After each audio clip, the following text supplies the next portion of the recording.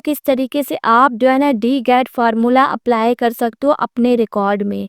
तो मेरे पास जो है ना ये रिकॉर्ड मौजूद है। मैं जो है ना डी गैट फार्मूला अप्लाई करना चाहती हूँ इस तमाम रिकॉर्ड के ऊपर। तो मिसाल लेते हैं, मैं जो है ना जानना चाहती हूँ कि कितने यूनिट्स जो है ना स्टॉक के अंदर पड़े हुए हैं। मतलब प्रोडक्ट नेम मेरी आईफोन है और मैं ये जानना चाहती हूँ कि आईफोन के कितने जो है ना पीसेस या यूनिट्स पड़े हुए हैं मेरे इन्वेंटरी के अंदर। तो वो मैं आसानी के साथ फाइंड आउट कर सकती हूँ डी गैट फार्मूला के थ्रू। तो मिसाल लेते हैं, मुझे जो है ना डी गैट का फार्मूला अप्लाई करना है। तो यहाँ पे मैं डी गैट का फार्मूला लिखूंगी और ब्रैकेट डालूंगी। तो वो मुझसे तीन जो है ना चीजें पूछ रहे हैं। सबसे पहले तो मुझसे वो डेटाबेस पूछ रहा है, मेरा डेटाबेस ये है।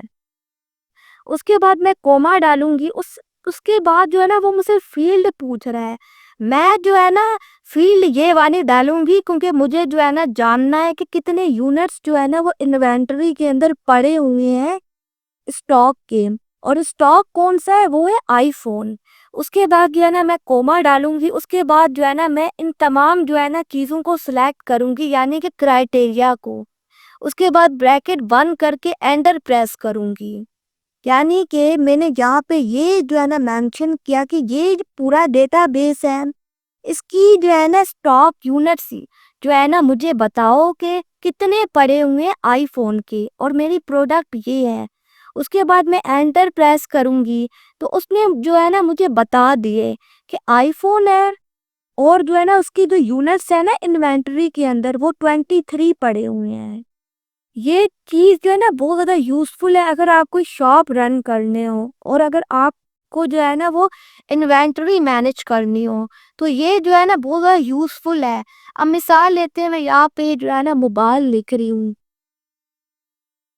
तो कितने पीसेस पड़े हैं मोबाइल के, 76।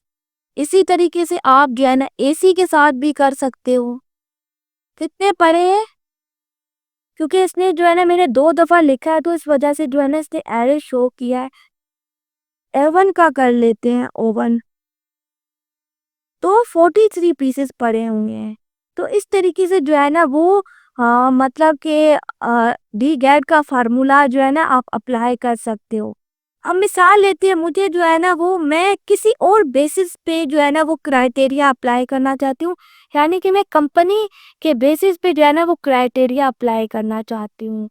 तो मैं वो भी कर सकती हूँ। मैं आपको मिसाल दे रही हूँ, आप अपनी मर्जी से जो है ना वो जो है ना चीज़ों को ट्राई कर सकते हो।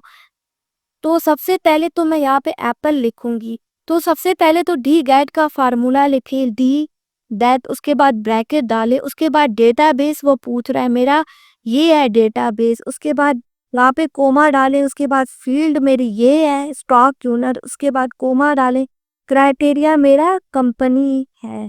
उसके बाद ब्रैकेट बंद करके मैंने एंटर प्रेस करे। तो उसने मुझे 23 बता दिया। मतलब कि इसको आप ना मल्टीपल वे से अप्लाई कर सकते हो। अगर मैं यहाँ पे सैमसंग लिखूंगी, सैमसंग, तो उसने मुझे वो भी बता दिया। तो इस तरीके से डी गैट का फार्मूला आप जो है ना अप्लाई कर सकते हो। लेकिन मेक श्योर करना कि मतलब आपका इन्वेंटरी जो है ना वो एक होनी चाहिए। यानी कि यहाँ पे अगर मैं 2 बार लिख दिया ना एसी, तो वो ना एरर शो कर देगा। मैंने हायर भी मल्टीपल टाइम लिखी है, होना एक दफ़ा चाहिए। यानी कि जैसे ये आईफोन है ना, उसके अलावा आईफोन कोई भी मौजूद नहीं है यहाँ पे। तो उसने मुझे आसानी के साथ बता दिया। लेकिन अगर 2 हो जाए ना आईफोन की वैल्यू तो वो कंफ्यूज हो जाएगा और आपको एरर थ्रो करेगा। तो ये मेक श्योर कर लेना, क्योंकि मैंने आपको पहले यहाँ पे भी बताया था। तो इस तरीके से जो है ना डी गैट जो होता है ना वो अप्लाई होता है। अगर आपको जो है ना इन्वेंट्री जाननी हो कि मेरी कितनी इन्वेंट्री जो है ना वो पीछे बच चुकी है, तो आप जो है ना वो इस फार्मूले के थ्रू जो है ना आसानी के साथ जो है ना वो जान सकते हो। ये आपको जो है ना डी गैट करके, मतलब कि ये तो छोटा सा रिकॉर्ड है ना। अगर आप देखो 1000 का रिकॉर्ड हो और मुझे जानना हो कि मेरे पास कितने ओवन पड़े हुए हैं, तो वो कितना यूजफुल रहेगा। कितने आईफोन पड़े हैं, अगर आपके पास हजारों का रिकॉर्ड होंगे, अगर हजारों का काम हो रहा है, लाखों करोड़ों का काम हो रहा है, तो बहुत बड़ी इन्वेंट्री होगी।